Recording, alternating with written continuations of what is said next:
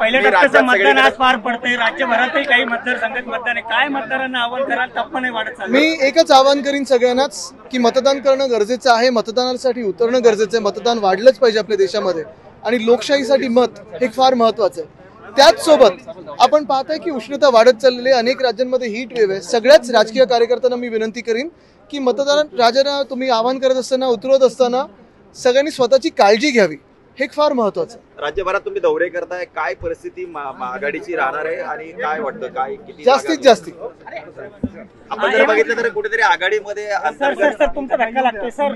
अंतर्गत जे मतभेद आहेत ते समोर येताना दिसत आहेत. सांगलीमध्ये विशाल पाटील नाराज आहेत. मला वाटतं आपण एक पाहिलं असेल, आमच्या सगळ्या महाआघाडीमध्ये सगळेच आपण पाहत असाल सगळे एकत्र काम करत आहोत.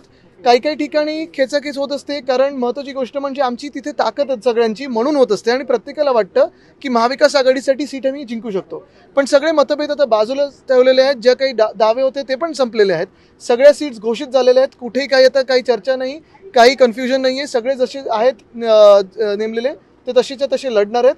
आपण पाहत असाल दुसऱ्या बाजूला जी महायुती आहे, मग भाजपा असेल, मिंदी गट असेल, फुटलेली राष्ट्रवादी काँग्रेस असेल, ED-ITCB असेल, ह्यांच्यामध्ये भांडण आहेत. ती काही सुटत नाहीयेत आणि ते अजून त्यांच्याकडे उमेदवार मिळत नाहीयेत. जे आहेत ते देखील उभे राहायला तयार नाहीयेत. मोदी की गॅरंटी या निवडणुकीत किती चालेल? मला वाटतं महाराष्ट्रात ठाकरे गॅरंटी चालते. 400 पारचा नारा ते देत आहेत. तुम्हाला वाटतं ते 400 पार? मला वाटतं गॅस 400 पार म्हणजे आता 1100 पार झालेलं आहे. पण एक बघा, या देशात नारे खूप दिले जातात, पण आज आपण पाहतोय देशभरात एक वेगळी लाट वाहत आहे, परिवर्तनाचे वारे वाहू लागलेले आहेत. तापमान वाढलेलं आहे, त्या परिस्थितीत कसं आव्हान प्रचाराचं राहणार आहे सगळ्या पक्षांसमोर? प्रचार करत राहायचं. आम्ही सगळे मेहनत करत आहोत. जी काही कामं आम्ही केलेली आहेत ती आम्ही लोकांसमोर नेत आहोत. जे महाराष्ट्र द्वेष्टे आहेत भाजपा, त्यांचं जे काही महाराष्ट्र द्वेष आहे तो लोकांसमोर नेतात आणि लोक ठरवतील. पण वाढत्या तापमानात पुन्हा एकदा सांगेन, कार्यकर्त्यांनी काळजी घ्यावी स्वतःची. साईंच्या भूमीत तुम्ही आहात, काय आज साईबाबांकडे प्रार्थना करा? जे मनात असतं तेच त्यांना माहिती असतं, म्हणून काही मागायचं नाही, दर्शन घ्यायला येतं. नेहमी 2014 उद्धव साहेबांनी ज्या वाकचौऱ्यांचा गद्दार म्हणून उल्लेख केला होता, आज पुन्हा त्यांच्यासाठी आपण पाहिलं असेल ते स्वतः इथे स्वतःहून आले उद्धव साहेबांकडे आणि ते काम करायला आलेले.